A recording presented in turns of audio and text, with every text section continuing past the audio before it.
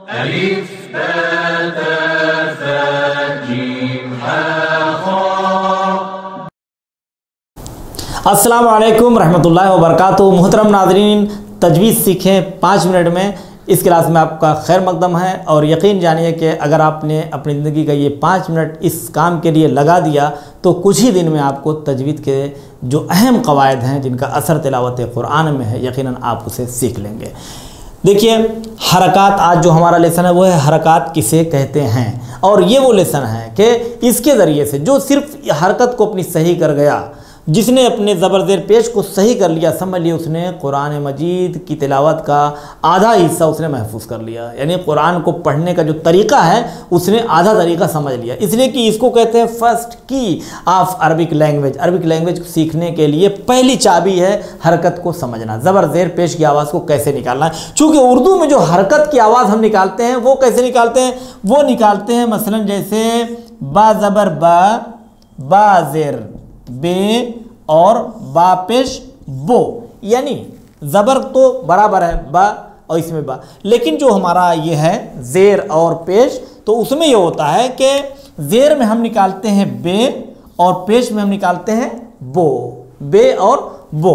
लेकिन अरबी में अगर हम जाते हैं तो अरबी में फिर हम बे और बो की आवाज़ नहीं निकालते हैं। अरबी में हमें बा ज़ेर कहना होता है, बा ज़ेर बी, और बा पेश बू कहना होता है। यानी उर्दू में मसलन अगर हम इस तरह से लिख दें इंग्लिश में मसलन, तो ये बे की आवाज़ निकलती है। लेकिन अगर आप अरबी में जाएंगे तो सिर्फ एक ई से काम नहीं चलेगा, बल्कि मसलन 2 ही लगेगा, बी की आवाज़ निकालना पड़ेगा। और इसी तरह से इसमें मसलन क्या है, हमने सिर्फ कहा बा पेश बो, ये उर्दू का हो गया। लेकिन अगर हम अरबी में इसको बोलना चाहते हैं तो बा पेश बू कहना होगा। बस फ़र्क ये पड़ेगा कि हम जो ये बू कहेंगे तो इसको ज़्यादा खींचना नहीं है, या हम अगर बी की आवाज़ निकालेंगे तो खींचेंगे नहीं। यानी साउंड में सिर्फ या की तरह से आवाज़ आएगी ई और ऊ की, लेकिन उसे ज़्यादा खींचना नहीं है, कम खींचना है।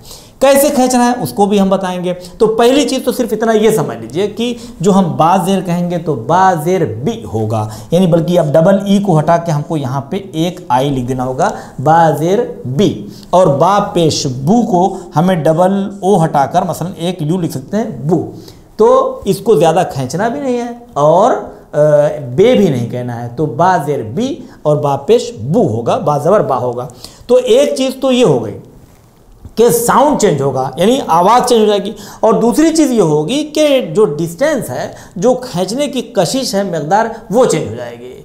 यानी जो ज़बर ज़ेर और पेश है, ये इसकी आवाज़, और जो इसके मुकाबले में साउंड है, ये मैंने कहा ये क्या है, ये शॉर्ट साउंड। इसके मुकाबले में क्या था, लॉन्ग साउंड।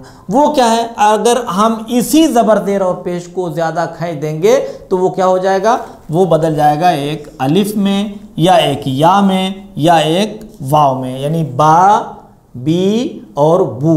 इससे हमें अपनी हरकत को बचाना है। ज़बर ज़ेर पेश को ये लॉन्ग साउंड में चेंज ना होने पाए, यानी अलिफ में बदल ना जाए ज़बर, ये ज़ेर या में ना बदल जाए, और ये पेश वाव में ना बदल जाए। इसके लिए हमें यह करना है कि खींचना नहीं है, बस ब, बी, बू। अब आइए दोनों चीज़ों को मिसाल के ज़रिए से समझ। तो आइए नाज़रीन देखते हैं कि यहाँ पर ये मिसालें हैं जो हरकत की मिसाल है कि आप इससे ज़बर को कैसे अदा करेंगे। तो ज़बर को आपको अदा करना है क त ब, मिला के होगा क त ब, क त ब। खींचना नहीं है, यानी अगर आपने कहा कातब, कातब या कतब या कतबा, तो ये ज़बर की आवाज़ नहीं है। ज़बर की आवाज़ शॉर्ट साउंड है, कतब, कतब, कतबल्लाह।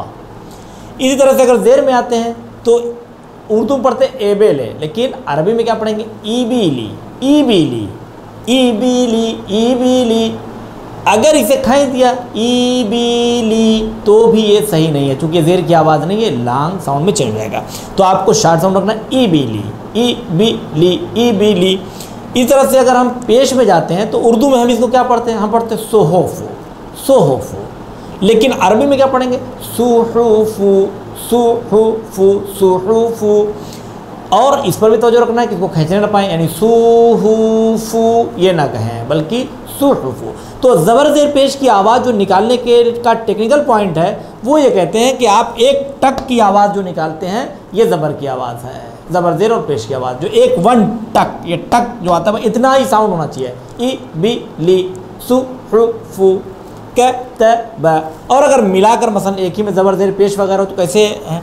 अब हम इसको उर्दू में पढ़ते कोतेबा, लेकिन अरबी में पढ़ेंगे कुतीब, अरबी में पढ़ेंगे कुतीब। इसको उर्दू में पढ़ते समिअ, लेकिन अरबी में पढ़ेंगे समीअ, समीअल्लाह।